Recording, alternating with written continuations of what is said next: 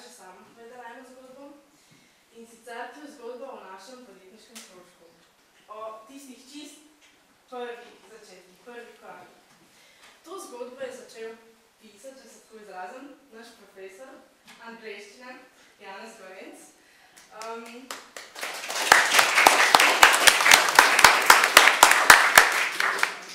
In sicer tako, da nas je prijavil na projekt razvojnega centra, ki se imenuje Mladi Ekelin, oziroma se je imenoval, zdaj je že mimo. Na tem cilj tega projekta je bil, da najdemo najbolj eko-inovativno idejo. In na začetku so prihajale ven ideje v smislu stoli iz lepenke in koš za cigaretne ogorke. No, marca nekje smo pa vendarle najdeli eno idejo, ki je bila vsem všeč. Najbolj smešno je bilo ravno to, da nismo točno vedeli, kako bi to zapakirali v eko-idejo, pa vseeno. In to je bilo aplikacija, ki je omogočila uporabniku, da pomerja očala in to kar preko spletne kamere iz domačega naslonjača. Torej, problem je bil, da mi, ko gremo v optiko in je na stojalih v ogromno očal, mi ne moramo izbrati prave za nas, zaradi tega, ker jih ne moramo vseh probati. In to je zelo velik problem. In zato smo mi izumili, nismo ravno izumili, pač naredili smo to aplikacijo, ki je omogočila pomerjanje očal ravno preko spletne kamere. To smo razvili na startupu in takrat se nam je pridružil še naš drug mentor, ki je danes z nami, in to je Matija Koller. En aplavz za vama.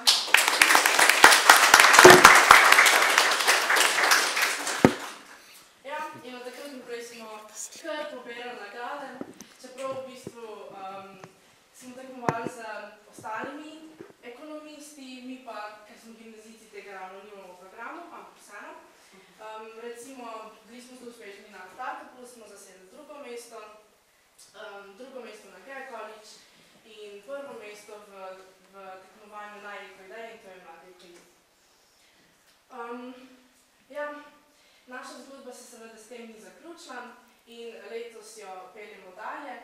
Kar je pa najbolj pomembno in kar nam bo najbolj ostalo je to, da smo se naučili, da v bistvu vse zmoremo, da za nas ni meja in da nam te podjetniške spretnosti pridejo kadarkoli prav. Toliko z moje strani, kot dijakinje, več z profesorskega vidika pa bo povedala naša ravnateljica. Najlepša.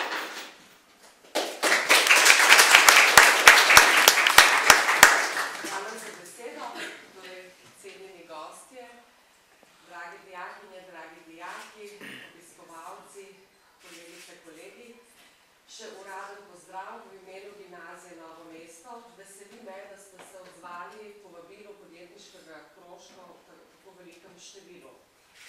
Kot me veseli dejstvo, da je na Gimnaziji Novo mesto zaživel podjetniški krožek. Dobro leto je, ker ta krožek deluje, pa se je že tako izstrelil v orbito uspehov, lahko rečemo, kar kaže, da je v bistvu bil pravi čas za to, da končno tudi ta dejavnost na naši šoli zaživi.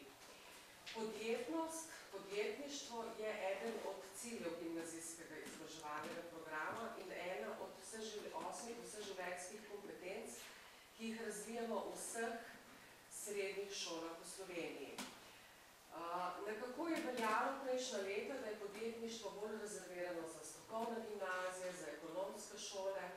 Na gimnazijah splošnih smo se ukvarjali z drugimi programi, z drugimi stvarmi. No, ampak ravno ta zgodba, ki jo je Katja že uvodoma povedala, dokazuje, da je bil morda že skrajni čas, da se tudi na splošni gimnaziji lotimo teh vsebin. Na gimnaziji seveda smo vsi prepričani, da je splošna izobrazba tista, ki ti je v življenju največje zagotovilo za spopad z različnimi življenjskimi situacijami. Vendar splošna izobrazba brez podjetnosti, brez inovativnosti, brez želje po ustvarjanju nečesa novega, postane kmalu, tako bom rekla, rahlo zaprašena. Zato z vsem svojim srcem in z vsem, bom rekla, z globoko vero v to, da je taka oblika delovanja z mladimi pravil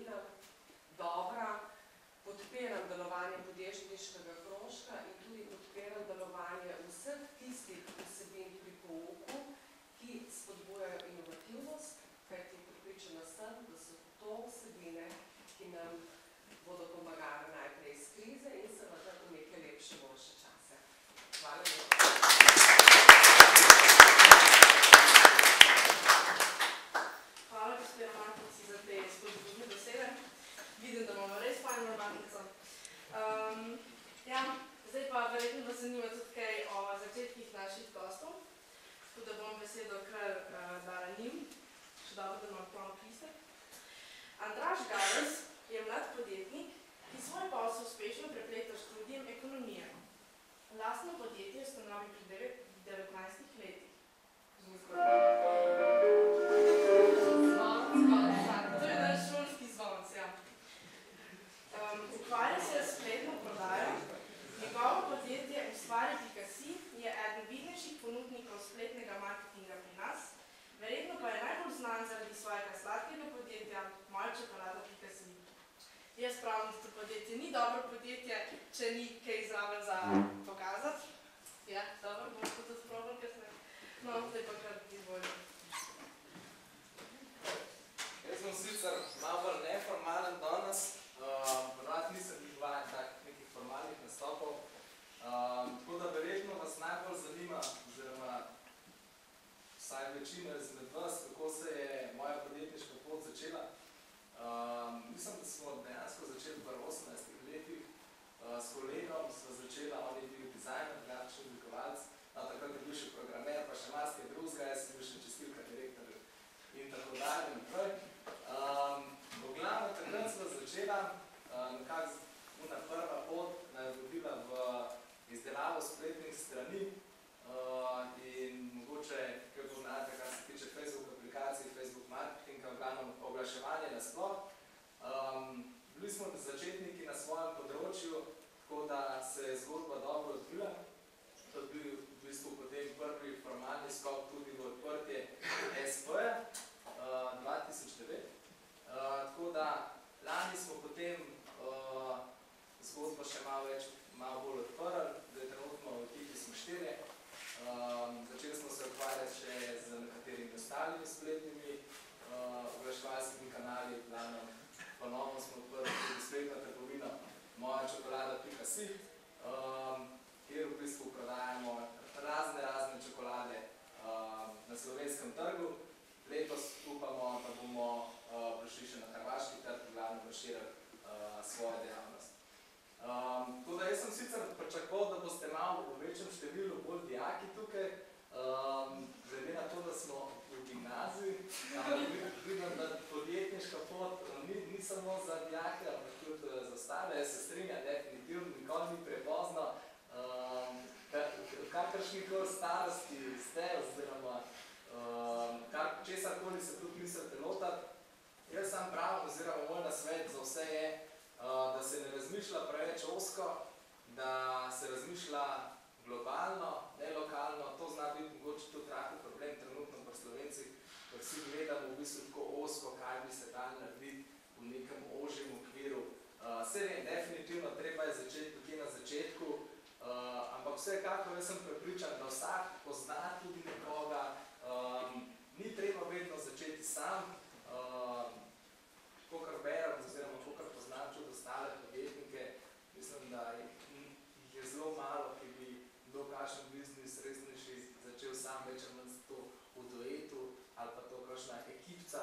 Tako da prav spodbudno zamotivate, da so se takole lotili podjetniškega krožka tudi v tej gimnaziji. Pozdravljam to idejo in z veseljem sem se tudi sam pridružil ustvarjalniku.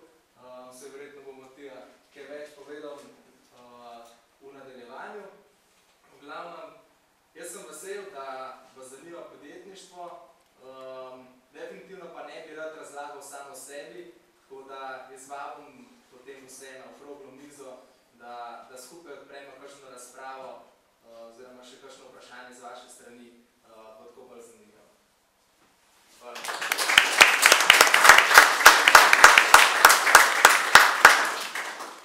No, hvala Andražu, definitivno vzamete njegovo povabilo resno. Naš naslednji gost je pa Matija, tebe bom kar tikala, zato ker se pač posebej osnovam. No, Matija je sodeloval pri številnih podjetniških zgodbah, je podjetniški svetovalec, predstavljalec poslovnih idej in izvajalec podjetniških krožkov. Kot predavatelj je gostoval na mnogih izobraževalnih ustanovah doma in po svetu. Zase pravi, da je bil nekoč mladi podjetnik, sedaj pa je sprejel zelo zanimiv izziv na Srednji ekonomski šoli Ljubljana in to je, kako podjetništvo priljubiti mladim. Hvala, Katja. Mogoče malo presenečeni, mi se poznamo poznamo, mi se tikamo, jaz tudi kot recimo mladi, kot narekovaj profesor, tudi mojim dijakom rečem, lahko me tikate. Računalnik, da ne. Ja. Pač mi pri nas smo malo bolj sproščeni, zato bom tudi jaz tukaj malo bolj sproščen in če mi ne zamerite, dovoljte, da vam povem eno zgodbo. Eno zgodbo, ko je malo boleča, zaradi tega, ker se ne konča ravno srečno, ampak vse, eno podjetje, ki smo se ga mi lotili ustanoviti. Zdaj, še zmeri moj, na nek način input, tiste, kar vam želim povedati, je namenjen predvsem dijakom. Tisti, ki ste malo starejši, sploh tisti, ki ste že ukvarjali s podjetništvom, vam bo mogoče ta zgodba zelo blizu. In začela se je iz ideje. Eno zelo tako preprosto idejo, enkrat smo sedeli s prijatelji in se pogovarjali, koliko je pa cool, da si pa ti v časopisu. Pa mama je ful vesela, potem, ko lahko pokažeš. In smo se začeli pogovarjati, na kak način bi pa mi lahko prišli v časopise. Vse ni važno kako. Ampak, dobro, potem smo hitro prišli do odločitve, ugotovitve, da pa je važno kako, da ne bi jih kaj kaznivega počeli. In smo se začeli pogovarjati, kako pa ljudje dejansko pridejo v medije. In smo hitro se začeli pogovarjati o tiskovnih agencijah. Tiskovna agencija je ena taka fajna zadeva, pač ti pokličiš nekoga, mu rečeš, jaz bi pa rad prišel v medije, jaz bi rad, da me cela Slovenija pozna. Oni pa je tam naredili neki čarovni, potipkali, napisali nek tekst, poklicali par ljudi, akcija, evo, in smo povsod v vseh medijah in nas vsi poznali. In potem smo šli pogledati, da dejansko ta zadeva stane, pa ne vem, pristop za računa koliko, ne vem, 10,000 za tako zadevo, ja, kar vse. Smo ugotovili, da je to ful draga zadeva, sploh je pa to draga zadeva za mlade podjetnike, ki šele začenjajo.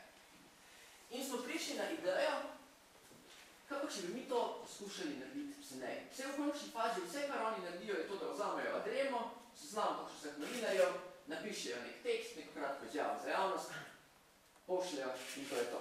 Zaradi tega, ker pač imajo te podatke, ker imajo kontakte do novinarjev, so lahko dragi. Noben drug tega ne počne, evo, ekskluzijo. In mi smo rekli, ok, vse ni panike, en mesec bomo pa sklicali, okoli bomo imeli vse kontakte. Prvo bomo dali pa to na splet. Mi bomo prva slovenska spletna tiskovna agencija. In smo najeli enega ful dobrega programerja, res on nam je zatrdil, da je res vrhunski in uporablja eno novo tehnologijo, takrat sem sam vedel, da je ime tako malo seksi, reče se mu Ruby. Ok, v Rubyju boš programiral, ful fajn. Nisem vedel, kaj je to, še zdaj nisem dovolj prepričan. Ampak kakorkoli. On je to sprogramiral, nastane spletna stran, mi smo mu ful plačali. In potem mi vsi veseli, ok, zdaj bomo pa mi začeli. Pa je bilo tako ravno okrog novega leta in smo rekli, evo, s 1. januarjem se štartamo, takrat bomo zadevo dali v javnost. In potem, ne vem, tisti, ki ste že kdaj ustanovili svoje podjetje, je že kdo tukaj, ko je ustanovil svoje podjetje? Ne, ok, tisti mogoče, ki ste, ali pa ki smo, to je kot da se ti otrok rodi. To je nekaj posebnega. To je nekaj takega, kar čutiš eno veliko zadovoljstvo, eno veliko srečo. To je to, zdaj nam je pa uspelo. In praznovanje tistega novega leta, ko se je spletna agencija, ki se je reče Agencija za javnost začela, je bilo ful veselo. Še posebej, pač veliki bilo dela, več kot pol leta priprav, zdaj bomo pa začeli, zdaj bomo pa zavladali svet. In potem 1. januar, po preklokani noči, odpremo vsi vsak svoj laptop v ekipi in gledamo in se pogovarjamo. Se noben ni rekel nič na glas, vsi smo upali, da bo že kako naročilo. Naša ideja je bila, da bomo našo storitev ponudili za ston. Tisti, ki hoče napisati svojo izjavo za javnost, svoj članek, ga lahko za ston pošljajo vsem novinarjem. Ker itak minimum stroška s tem, naredimo to. Zaračunali bomo samo tistim, ki ne znajo napisati sami in njim bomo zaračunali tako par 100 evrov, da naredimo tekst. Simpel. Veliko ljudi koristi za ston storitev, zato da tu in tam se bo pa kdo našel, ki bo plačal. Poslovni model ni nenavaden, verjetno bo šlo. Pa smo upali, da bo vsaj kako brezplačno naročilo še takoj, 1. januar. In potem odpremo laptop, nič. Ja. Pa si misliš, ok, v redu, 1. januar, folk je pijan, mu počakaj.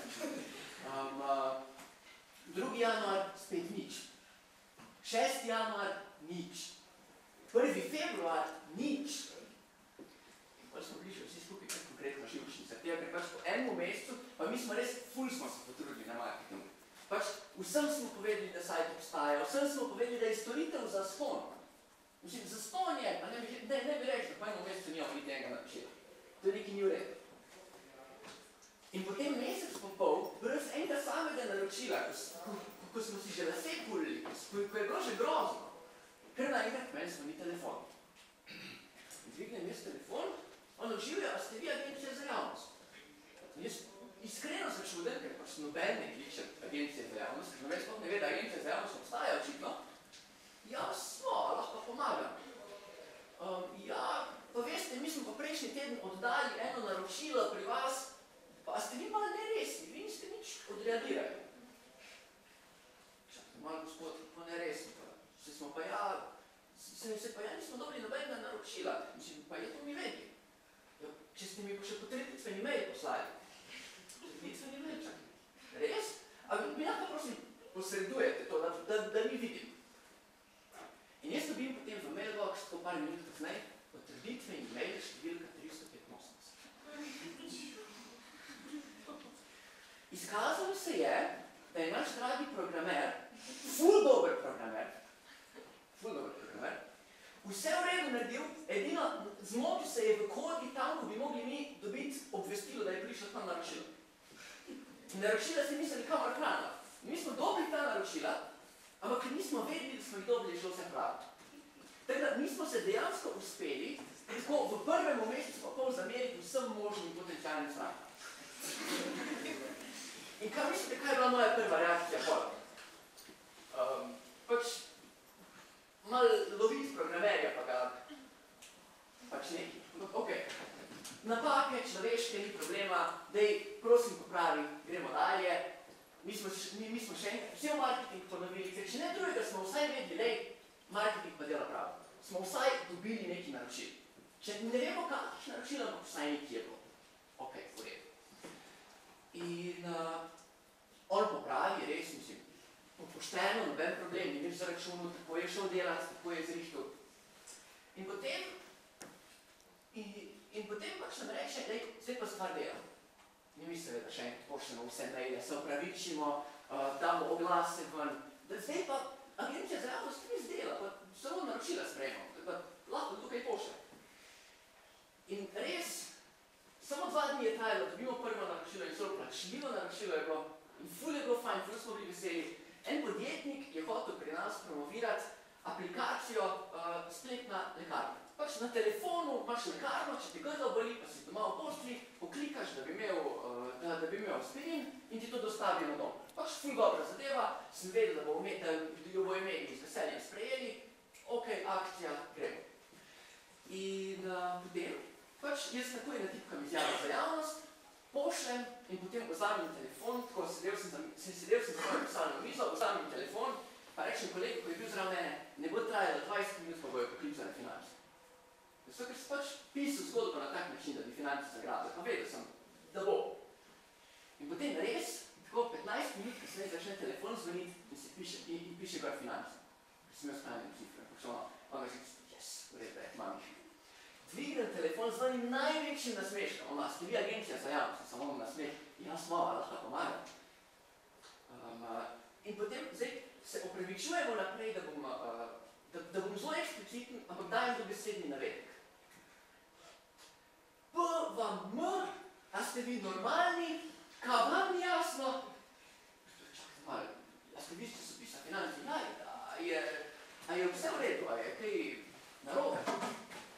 In potem on mi začne v vsem razjarjenim glasom razlagati, pa za Boga nehite mi spamati mailbox. In me še zdaj nič jasno, ampak mi on začne razlagati, da sporočilo, ki smo ga mi napisali, ni prišlo k njim v mailbox samo enkrat, ampak se je pošiljalo, ker se je naš bogi programer očitno uspel to zatipkati, da bi se sporočilo medijem prišlo samo enkrat, ampak se je ponovno pošiljalo v nedogled. In to dogface, da smo kasneje ugotovili, da je ena od večjih slovenskih časopisnih hiš dobila toliko mailov, da 2 dni niso mogli dostopati v pošto. Več kot 2000, tako po oseb. In on v financah mi je rekel, nehajte pošiljati mail, to je katastrofa, to se ne gre več naprej, kaj si ne mislite, da ste. Kaj naj Matija naredi, ko nima pojma o tehniki? Ja nič, v avto, na drug konec Ljubljane, pa fizično potegniti kabel ven iz serverja, ker nisem dobil programerja na telefon. Pač tak je. Zdaj, zakaj vam hočem povedati to zgodbo? Prvič zaradi tega, ker podjetništvo ni nekaj takega, kar bi bilo predvidljivo. Noben nima pojma, vključno z nami, ko tu sedimo, noben nima pojma, kaj se bo naredilo, ko boste vi zaštartali svoj biznis. Pač ne veste. Če želite imeti negotovost, če ne marate negotovosti, če hočete imeti vse po predalčkah, ne biti podjetnik. Ampak če je to tisto, kar vam daje motivacijo, če je to tisto, kar vam daje izziv, če je to tisto, kar vas srečuje, da si kdaj v eni situaciji, ko veš, da se pa moram izkazati, pol je pa to življenjski slog, ko morate imeti. Jaz, je že Katja na začetku povedala, vedno bolj sem se pomikal in se pomaknil zdaj tudi v pedagoške vode. Jaz sem vesel in ponosen, da sem lahko, tako, pod narekovaji, čeprav nisem, ampak me vsem kličejo, gospod profesor, na srednji ekonomski šoli v Ljubljani. Sprejel sem izziv, tako kot sem sprejel izziv podjetniških krožkov. Namreč, jaz sem zatrdno prepričan, da podjetnost kot veščina je nekaj takega, kar bi mogel imeti vsak od nas. Podjetništvo je ena življenjska filozofija, je način razmišljanja, ki enostavno omogoča vsakemu, kdorkoli že to je, da mu uspe. Pa če to pomeni, da hoče biti vrhunska pevka ali pa profesionalni športnik, če si podjetniki bo lažje. In to so stvari, ki jih moramo mi v šolskem sistemu učiti. In to je tisto, kar moramo mi predati naslednji generaciji. In mene je malo strah, kaj mi počnemo za to našo naslednjo generacijo. Jaz lahko za sebe vem, jaz sem podjetnik zaradi enega samega razloga. In ta razlog je to, da sem odrastel v podjetniški družini. Moja mama ima podjetje, ki je skoraj že 20 let stara. Jaz se spomnim, ko sem bil približno toliko velik, da sem kdaj tudi prespal na tepihu v njeni pisarni, ker se je pač delal. To je ena stvar, ki ti je privzgojena, ki ti je priučena. Ampak če te izkušnje ne dobiš, potem se ti zna zelo enostavno zgoditi, da boš končal cel proces šolanja in postal en vrhunski teoretik. In kaj se bo prv zgodilo? Zavod za zaposlovanje, 3-4 leta, ne vem. Se ne rečem, da je to pot, ki jo bo vse doletela. Ne, tisti, ki je sposoben, si bo še zmeri najti službo. Ampak treba je vedeti ena stvar. Dragi moji dijaki, če je vaša sanjska služba, če lahko za njo rečem, da jo bojo na neki točki lahko delali Kitajci cenej ali pa računalniki hitrej, ta služba je varna. In če mi res cenimo varnost kot našo glavno vrednoto, moramo sprejeti za podjetnost. Zaključim s tem. Ful rad malo kritiziram šolski sistem, pa ne zaradi tega, ker trdim, da je šolski sistem slab. Ne, naš šolski sistem, sploh če ga primerjamo z ostalimi državami, je vrhunski. Ampak ima pa en velik problem. Preveč je teoretičen. In zato je moja velika želja in moje življenjsko poslanstvo, da jaz pomagam, da damo tu zraven še malo prakse. In zato smo z velikim ponosom predvčerajšnjim ustanovili in začeli z delom ustvarjalnik, pospeševalnik mladinskega podjetništva, podjetniški inkubator, ki deluje na Srednji ekonomski šoli Ljubljana na Roški. In to je prostor, ki mu jaz pripokovalno rečem podjetniški tiskovnik. V njem omogočamo vsakomur, ki si to želi, da pride k nam, da mu osebno in individualno pomagamo, da mu rečemo, gledajte, če imaš to idejo, pa karkoli še ta ideja je, tule te bomo usmerili, tak članek si preberi, tole naše predavanje poslušaj, na ta naš dogodek pridi. In v končni fazi dali bomo pisarno. Opremljeno pisarno za ekipo, da lahko v njej dela. In da je lahko 4 mesece z nami in mi tej ekipi pomagamo tako daleč, da bo ta ekipa lahko uspešno in samostojno poslovala v trgu. Sprejeli bomo 4 ekipe, Prijave so odprte od včeraj dalje in se končajo 20. februarja. Vsi tisti, ki želite poskusiti nekaj, ampak bi vas bilo preveč strah, da bi to naredili sami, lahko to naredite pri nas. Obenem vabljeni, da se pridružite podjetniškim krožkom, ki jih zdaj res delamo po vsej Sloveniji, kjer boste dobili en tak prvi stik, prvi tak vtis, kaj dejansko podjetništvo je. Zdaj, da ne bom filozofiral, jaz takrat govorim, pa lahko govorim še 2 uri, ampak recimo, da naj bo temu dovolj, se vam iskreno zahvaljujem, da ste prišli v tako velikem številu. To vidim kot eno upanje za naslednjo generacijo in zato, da bo tudi naša država, gospodarstvo še raslo. Tako da, iskrena hvala.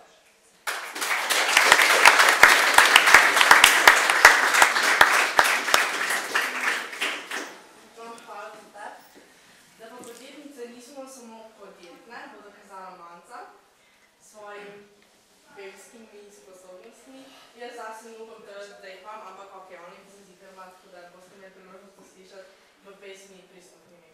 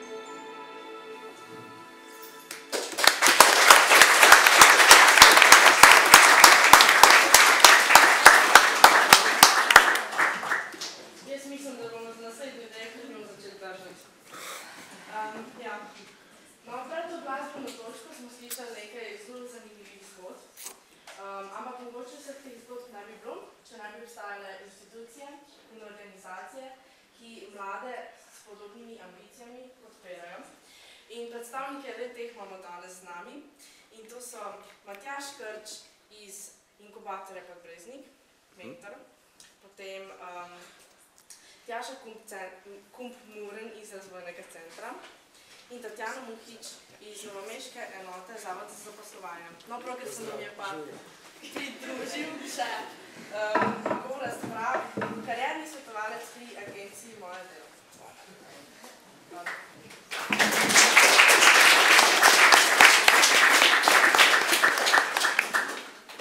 No, zdaj za vas imam eno splošno vprašanje in sicer, kako prepričati mlade oziroma kako jim pomagati, ko se odločijo za pot podjetništva. Pa bi najprej vprašala kar vas, gospa Muren. Z vami sem že imela priložnost sodelovati pri enem projektu in to je Mladi Egoin. Povejte mi, ste zadovoljni z odzivom mladih na tovrstne projekte in kakšne projekte še kaj izvajate? Pozdravljeni. Kar se tiče samega projekta Mladi Egoin, vas moramo kot razvojni center pohvaliti, ste bili zelo super ekipa, pri katero ste sodelovali. Tukaj bi mogoče še Simon vas pohvalil, mogoče kakšno svojo izkušnjo z vami povedal, potem bi pa jaz nadaljevala še z drugimi projekti, z našimi aktivnostmi. Ker je zelo zaslužen, da ste tudi vi prišli zraven v to ekipo. Ja, čisto na kratko se spomnim prvič, ko sem prišel do gospoda Janeza. Tudi približno se mislim, da nam ni predstavljalo, da se lahko ta stvar razvije v take, se pravi, v tak uspeh. Vsekakor ste nas mladi zelo presenetili. Seveda zelo veliko je odvisno od mentorjev, tudi potem iz ostalih šol oziroma iz ostalih skupin imamo take izkušnje, da mentori so bili tisti, ki so mlade potegnili in seveda v prvi vrsti tukaj pa se je navdušil Janez oziroma potem Matija je dodal piko ni oziroma zgodbo še naprej uspešno nadgrajuje. Tako da, kar se samega projekta Mladi Egoin tiče, je bil nekak začetek tega dela. Se pravi, mi smo tukaj vključili 23 skupin oziroma 20 šol, iz Hrvaške in tudi Slovenije. Seveda pa kot razvojni center smo tudi že naprej prijavili neke projekte, ki bi lahko bila nadgradnja oziroma jih tudi nekatere že izvajamo. Še enkrat pa gimnazija je bila, mislim, tudi najbolj konkretna svoja ideja, tista aplikacija je res super, tako da pravo krožek podjetniški nam. Ja, hvala.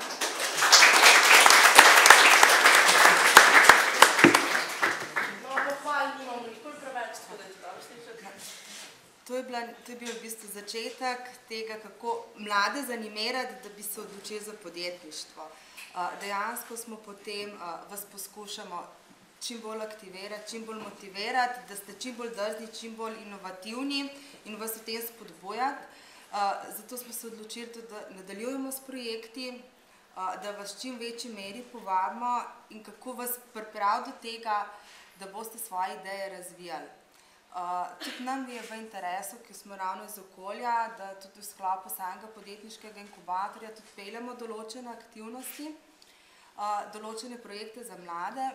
Zdaj se pripravlja projekt, ki bo šel v kratkem v izvajanje Mladi podjetni, kjer bo dejansko namenjen ciljni skupini, kot so dijaki, študentje, da bodo v tem času lahko po sklopu vzporedno s šolskimi obveznosti, da boste razvijali tudi svoje podjetniške ideje, svoje projekte in dejansko potem nekako z mentorsko ekipo, z mentorji potem uspeli nekako prebrodati naprej in se dejansko ustanoviti podjetje in postaviti na tržišče. Skratka, kako vas prepričati, kako vas zanimerati, poskušamo se postaviti nekako v nivo z vami, biti čim bolj vzporedno z vami, vas prebrati, vas razumeti in nekako to vašo drznost spodbujati. To mogoče za začetek, pa potem še naprej. Ja, hvala za vaš odgovor. V Zavodu za zaposlovanje pa se pretežno ukvarjate s subvencijami, če se ne motim. So mladi podučeni v teh zadevah, torej v tem, da lahko dejansko dobijo denarno pomoč, če želijo iti na to pot, se jih tako veliko vrne na vas? Lep pozdrav tudi v mojem imenu. Pri nas na zavodu vsakega, ki se prijavi v evidenco, informiramo o vseh pravicah in obveznostih, ki jih imajo s prijavo na zavodu, se pravi, da tudi so informirani o subvencijah, ki jih imamo namenjeni za osebe, ki se odločijo za samozaposlitev. Program samozaposlovalni zavod izvaja že od leta 1991 in na podlagi analiz, ki smo jih delali v preteklih letih, lahko rečemo, da je ta program uspešen. Pri subvencijah je pogoj, da oseba je 2 leti samozaposlena in lahko rečem, da skoraj 90% vključenih v ta program ohranja samozaposlitev 2 leti. Ta delež tistih, ki ohranjajo recimo samozaposlitev 5 let je nekoliko manjši, ampak še zmeraj je dosti spodbuden, ker se vrti tam okrog 65%. Tako da lahko rečemo, da je to kar uspešno. Hvala za vaš odgovor. A dobim zdaj kazen? Zdaj pa še tebe nekaj vprašanj, tebe tudi stikam. No, me veseli. Ja, dobro. Kako bi ti spodbudil podjetništvo med mladimi, oziroma če se že ukvarjaš s tem, kaj konkretno počneš? Kaj konkretno počnem? Jaz konkretno počnem zelo različne zadeve, ampak nekako rdeča nit tega je bila zadnjih 6 let pomagati ljudem pri tem, da najdejo svoje mesto na trgu dela. In ko se pogovarjamo, recimo prej ste gospe omenili eno zelo dobro distinkcijo, pa bi kar mogoče na začetku vrgel eno kost. Pa debata mečkem bolj zanimiva. Jaz trdim, da tudi brez kakršnekoli zamere, podjetništvo in samozaposlovanje sta dve čisto ločeni zadeve, ki eno z drugim po defaultu nimate nikakršne zveze. Mene kot kariernega strokovnjaka ali kot nekoga, ki se zaposluje, ki pomaga pri zaposlovanju, ljudje o kontekstu zaposlitve sprašujejo predvsem v tem, koliko priti do denarja, koliko priti do varne zaposlitve, koliko priti do neke stabilnosti, koliko priti do točke, da boš lahko z delom, ki ga upravljaš, plačal račune, ki se ti nabirajo v kaselcu, pa še da bo mogoče kaj zraven ostalo. To je v osnovi bistveno vprašanje. In zdaj, marsikdo bi vam povedal, da zdaj samo to, da nekdo dela preko modela samozaposlitve, še ne pomeni, da je zaradi tega podjetnik, ker je to pogosto tudi prikrito zaposlovanje. To je en vidik. Drugi vidik je ta, da poskušamo spodbujati to drznost, to inovativnost, to mladih, pa dajte probati, pa dajte poskusiti, pa bomo videli, kaj bo z tega nastalo, je odličen. Ta model je odličen. Posebej je uporaben takrat, kadar to delamo z mladimi, ki imajo neko varnostno mrežo, ki jih drži nad vodo. To pomeni, da obstaja drug vir plačevanja svojih lastnih računov. Težava nastane pri startupu, ko začenjaš, ko postavljaš stvari na noge, ta zadeva pogosto ni toliko zelo povezana s profitom, še manj pa omogoča možnost, da bi živela še koga poleg ustanoviteljev, ker pogosto še ustanoviteljev ne živi. Plačuješ za to, da se s tom delaš. Pač razvoj podjetja gre zmer tako. In vedno rabiš 3-4 več kot tistega, kar si na začetku zračunaš, da boš potreboval. Zato bi tu jaz v bistvu ločil to debato o tem, ali eno je spodbujanje samozaposlovanja, kar pomeni, odločim se za drugačen status svojega dela, zato me država tudi vzpodbuja. In z enim relativno uspešnim programom, ki tudi na trajnost ima vpliv. Ampak samo zaradi tega, ker je nekdo postal samozaposlen, še ni podjetnik, še ni podjeten in še ni uspešen.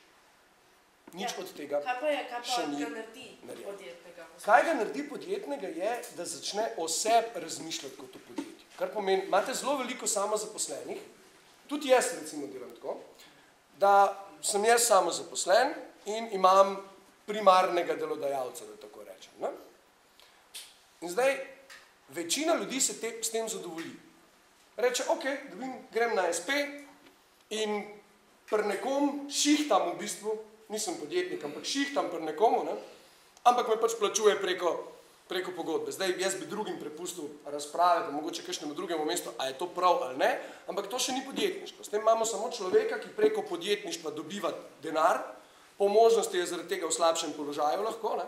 In če ta človek sam ne razmišlja o tem, da bi še kaj razvil, da bi še kakšno stranko pridobil, da bi mogoče drugače zavil tisto, kar ima, pa poskušal neki drugi ciljni skupini ponuditi. To je podjetništvo. To, da se trudi razviti svoj posel in zrast in biti močnejši, biti bogatejši, če tako rečem, da gre dlje od tistega golega preživetja, da se razvija, da skuša nekaj plasirati na trg in tako tudi sebe stabilizirati. Ne? Ker vsi veste, da če imate ali podjetje, ali pa ste sami vezani samo na en vir, ne? Imate velik problem. Jaz težavo pri spodbujanju samozaposlovanja direktno vidim v tem, da pogosto je to samo potuha za prikrito zaposlovanje drugačnega tipa in zniževanje stroškov nekje, ne? Medtem, ko se pa podjetnost zbuja nekje druge. Ravno v tem, da lahko poskusiš, da imaš peskovnik, da ne boš zaradi tega, ker nekaj narediš, ker se lotiš recimo podjetniškega poskusa, da zato ne rabiš zastaviti vsega, kar imaš. Ne? Da te še vedno nekaj lahko jame. Jaz pogosto rečem ljudem, gledajte, v zgodnjih 20 ste, ne? In zdaj poskušate nekaj. Lažje je poskušati pri 20, ko pri 30, to vam lahko pove nekdo, ki je 30 let star. Ne? Definitivno je lažje. Ampak kako sploh pripraviti mlade do tega, da bi šli poskušati? Recimo jaz prav očitno vidim to na primeru gimnazije in šolskega sistema, pač domače naloge, kontrolne in to je to. In izven tega se ne bomo letevali nikakršnih projektov, kaj pa šele, da bi šli, ne vem, v kakšno podjetništvo. Mi smo imeli v bistvu bolj nesrečo, da smo zapadli v ta projekt in smo šli v to smer. No, na začetku ste imeli srečo, ampak jaz le vidim ful mladih obrazov. In se predstavljam, da je marsikdo od teh ljudi tudi tvoj sošolec. Pa ni glih običajno za gimnazijsko publiko, da bi se v takšnem številu udeleževala okroglih miz v prostem času, v ponedeljek zvečer na en dosaden dan, ki je bila najbolj zdaj gledati rokomet in grede vodno. Glej, gledajte, če si pa prisilila, pa tudi tega malo mora biti. A veš, ko ste se učili plavati, vam je tudi nekdo pomagal. Vas je kdo mačkem pridržval, pa pol je kar naenkrat spustil in pol, jaz plavam. Jaz imam doma 2 leti starega otroka, še nedolgo nazaj smo se učili hoditi. Isto je bilo. Bilo je treba malo, vse volja je bila, ne? Ampak polk je 3-krat padla, je bilo pa treba tudi malo, pa dej še probi, pa bomo pomagali. Ne? Tudi to se rabi. Tudi to, da vas nekdo v nekem trenutku v vodo brcne in morate plavati, gledajte, dokler niste porinjeni v situacijo, ko morate, ne veste, česa ste sposobni. To je prva stvar. Druga je pa ta, da moraš ljudem preprosto pustiti čas, da se neka stvar prime. Vse prepogosto se poskuša s projektom. Ne? Se poskuša s projektom, 2 okrogli mizi se naredi, nekaj se naredi, pride, kdor pride, pol stvar ugasne, reče, fejlali smo, brez veze je. Pri takih stvarih, še posebej, ki gre za spremembo mentalitete, je potrebno ful veliko časa, da se nabere neka kritična masa ljudi, ki bodo rekli, ok, mi pa bomo drugače, mi pa bomo nekaj poskusili. Ne? Če samo čakamo, da se nekaj zgodi, in tudi če včasih nekoga mečke ne prevrnemo, se dejansko težko kaj zgodi, ker ljudje nismo bitja, ki bi ful radi objemali spremembe in rekli, zdaj pa gremo vse drugače. Ne? To pogosto govorimo, ampak v resnici si ljudje ne želimo nekih velikih sprememb v mentaliteti. In ker podjetništvo oziroma podjeten pristop na kjeremkoli področju zahteva strašno spremembo temeljev mentalitete, je pač dolgotrajen. Ampak to, kar delate in to, kar poslušam od vas tudi sicer, gledajte, to je nekaj fantastičnega. Jaz nisem pričakoval danes take publike tu. In vas to zanima, za razliko od kakšnih mojih študentov, ne spite, vsi ste budni, ne? Sledite tej zadevi. In, glej, to je to. O tem se je treba predvsem pogovarjati, zato da bodo ljudje videli, da to ni nek bav. Zato da, ko bodo rekli podjetništvo, ne bodo mislili, ker dobili neke slike v glavi, a to pa ni zame.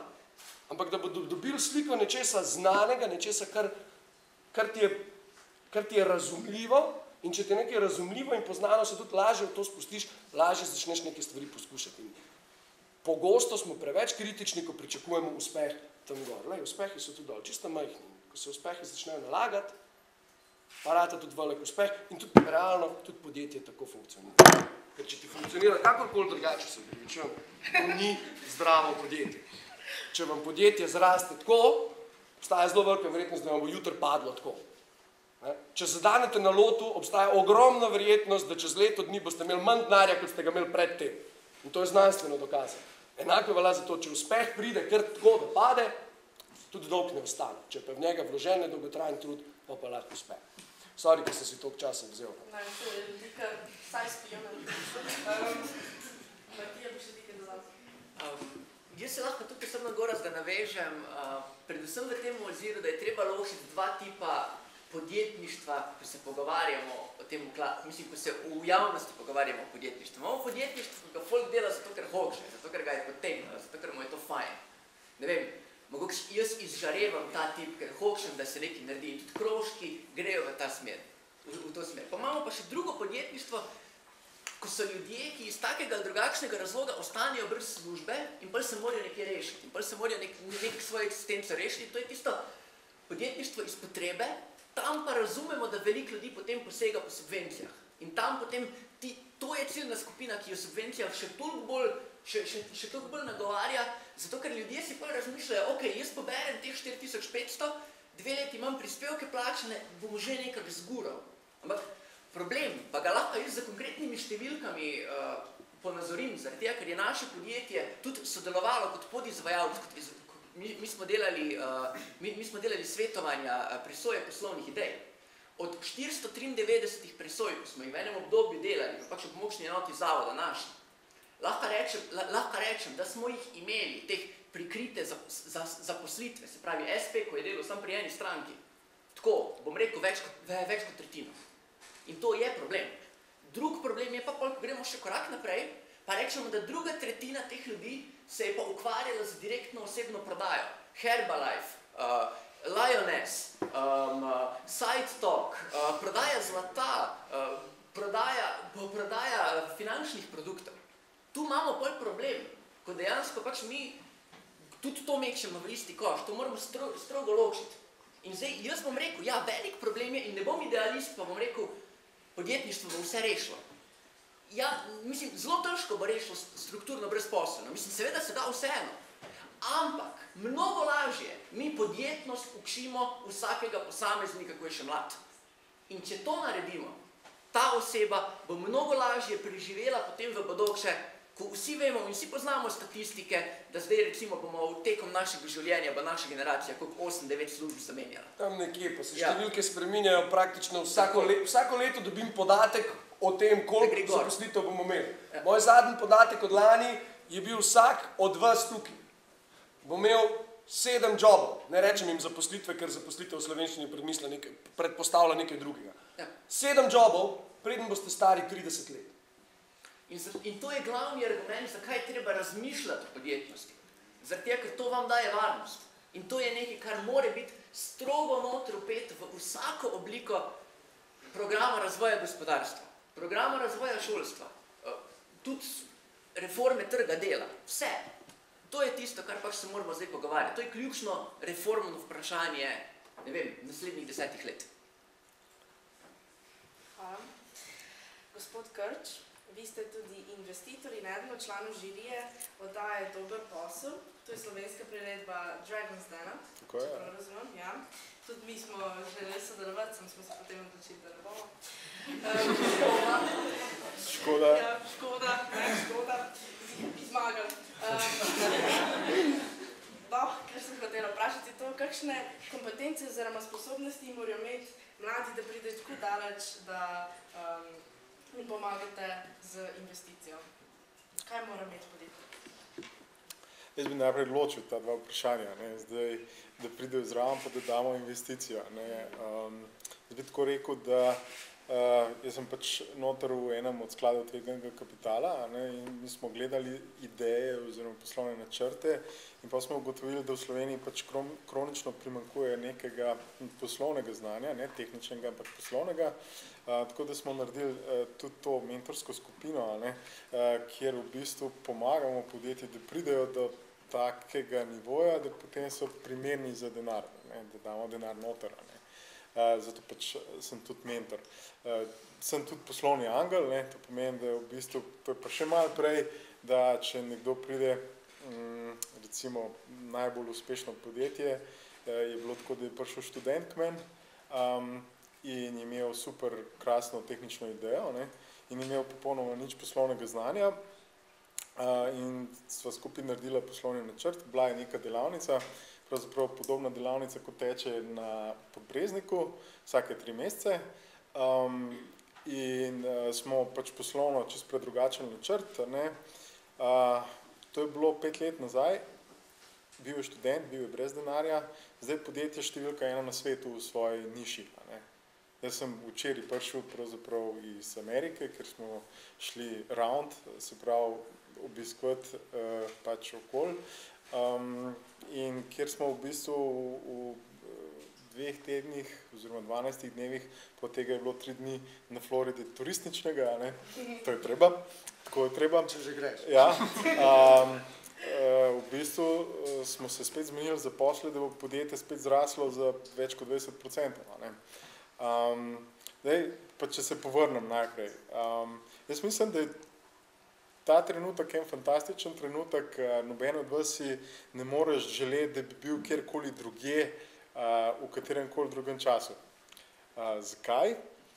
Zaradi tega, ker je zdaj popolnoma jasno, da vam ne bo nihče drug pomagal kot sami sebi, po eni strani, da imate na voljo pač znanja, ki vam ga da šola, tako da lahko uspete, vse je samo v vaših glavah.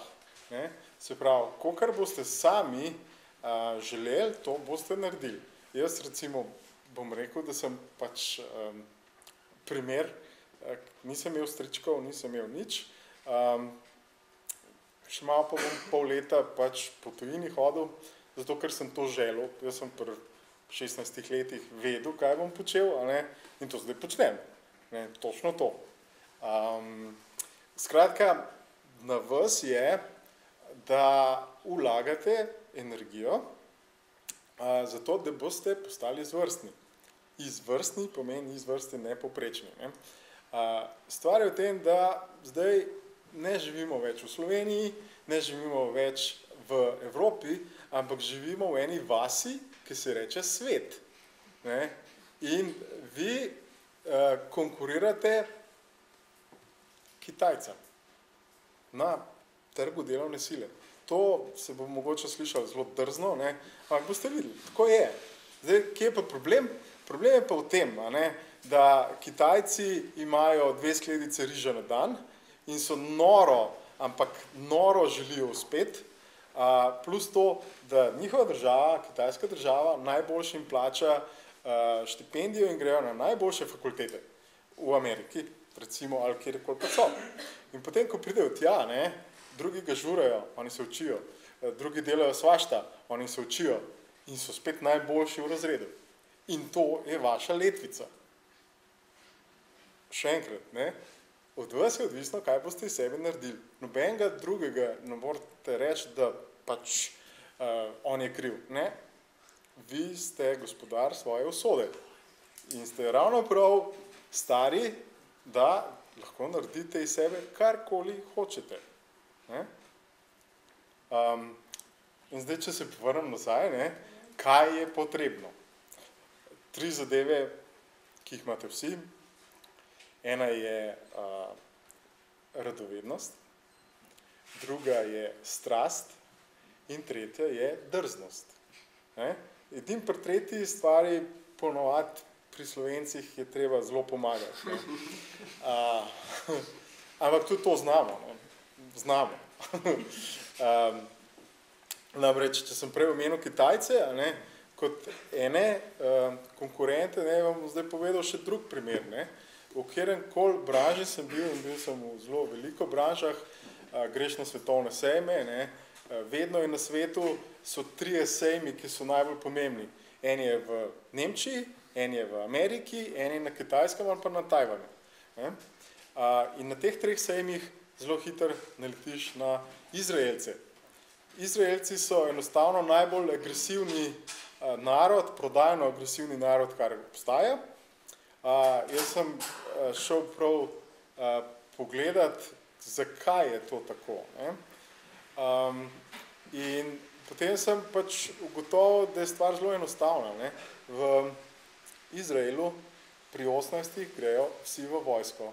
da ne bo kdo narobe razumel, jaz nisem za vojsko, jaz nisem bil v vojski. Ampak Izraelci grejo za 3 leta. Ženske za 2, moški za 3 leta. Ne? In jih najprej prvo leto oziroma ali 2 leti, moške ali ženske, jih trenirajo.